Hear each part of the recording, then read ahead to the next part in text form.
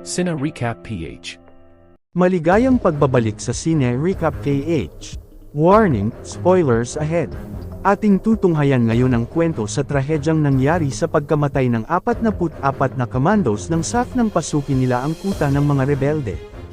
Ang pelikulang ito ay ipinalabas 2022 na pinamagatang Mama Sapano. Bago tayo magpatuloy, paki-like ang video at mag-subscribe na din sa channel na ito. Maraming salamat. Taong January 25, 2015, ang Philippine National Police ay naglunsad ng misyong tinatawag na Oplan Exodus para hulihin o tapusin ang international terrorist na si Marwan at Usman na parehong nagtatago sa Mama Sapano, Maguindanao.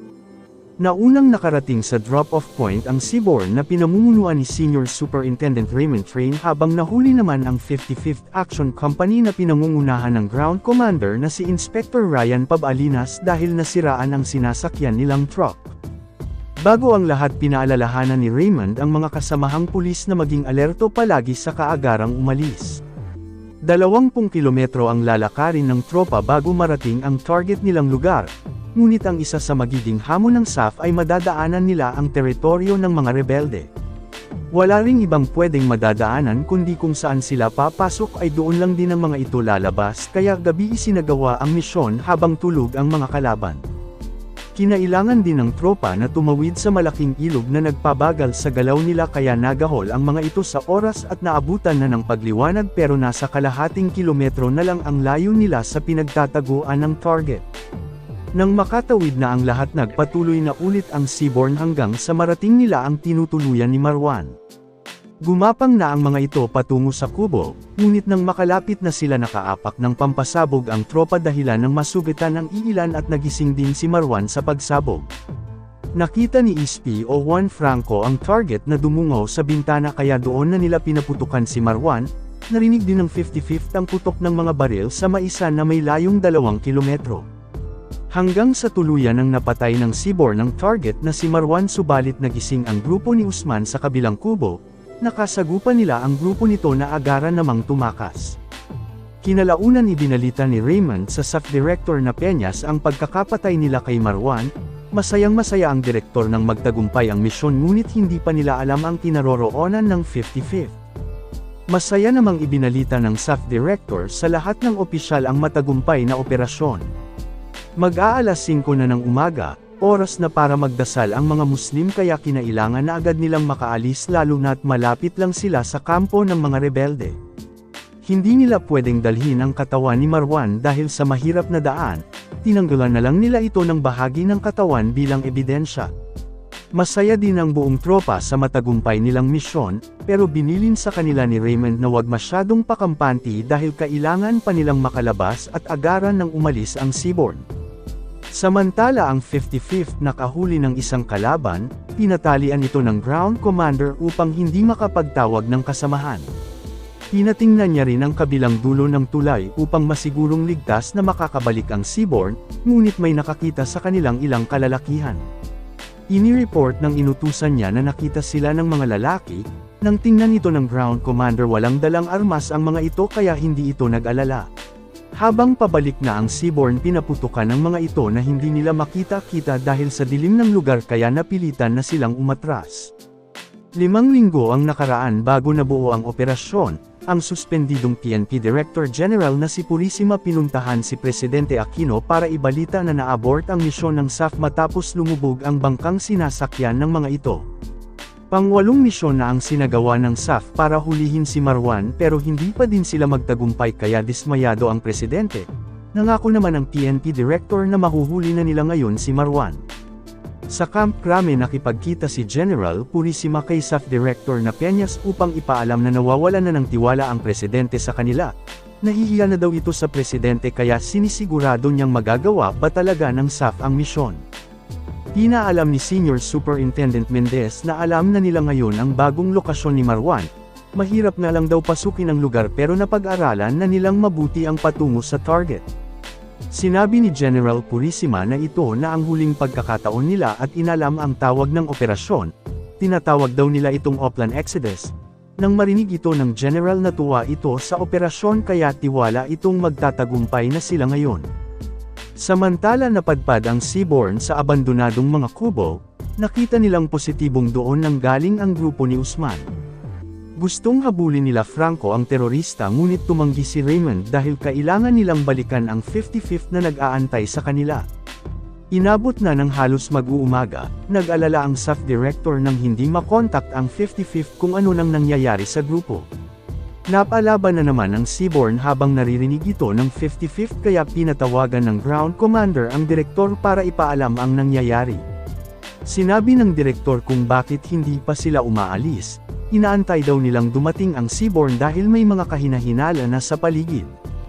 Hanggang sa nakita ng ground commander ang pagdating ng mga armadong kalalakihan, agarang pinaposisyon niya ang lahat ng kasamahang pulis kung saan nakasagupan nila ang napakaraming rebeldeng Muslim.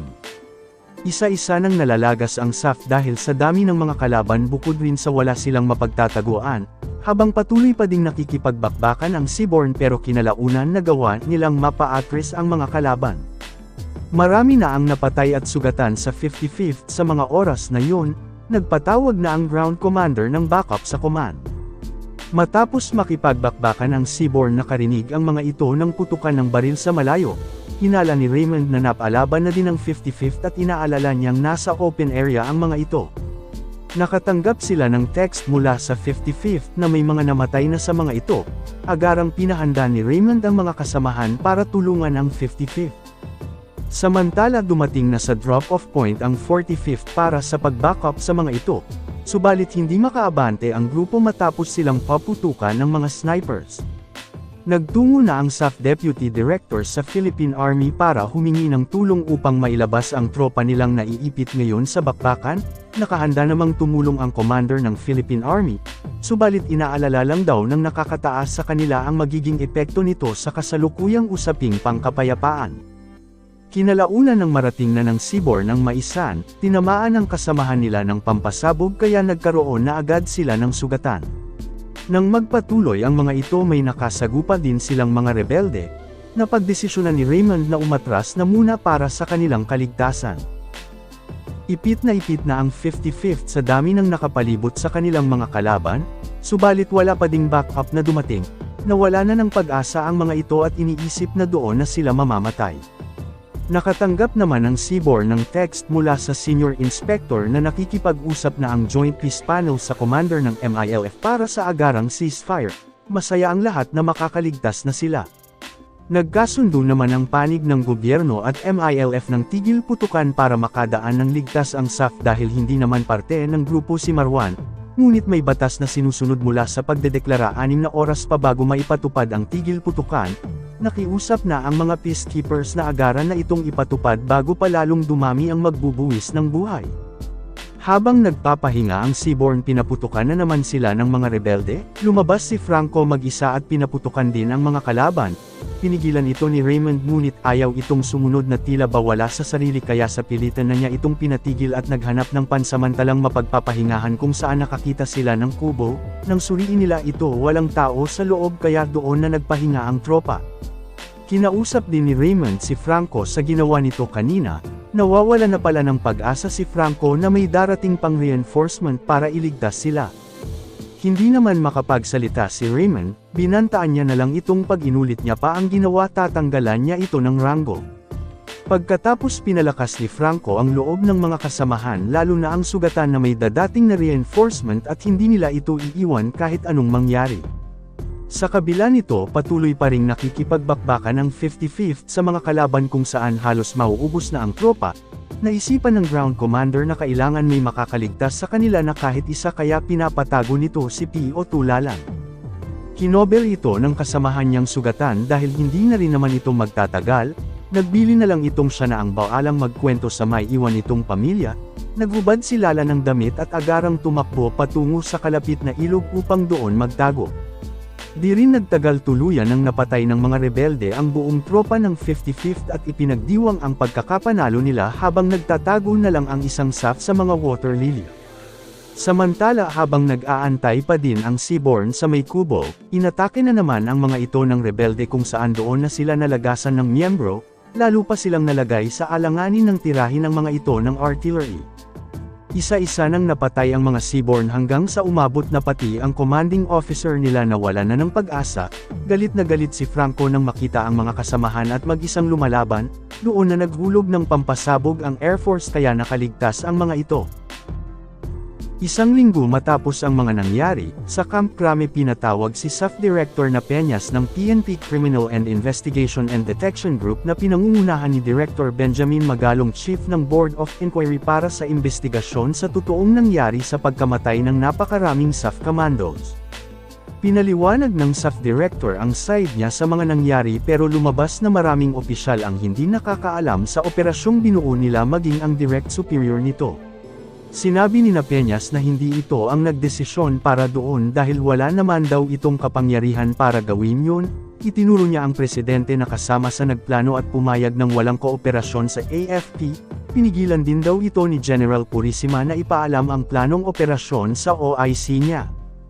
Sa pagpatuloy ng investigasyon, inalam ng mga investigador kung bakit wala itong ginawa para tulungan ang tropa ng SAF na naiipit sa bakbakan. Pinapaliwanag nitong ginawa niya ang makakaya niya at umaga pa lang nangako daw ang army na tutulong pero tanghali na wala pa din silang ginawa. Tinanong ito kung bakit hindi niya kinausap si General Purisima, ito daw ang nagsabi sa kanya na may dadating na reinforcement.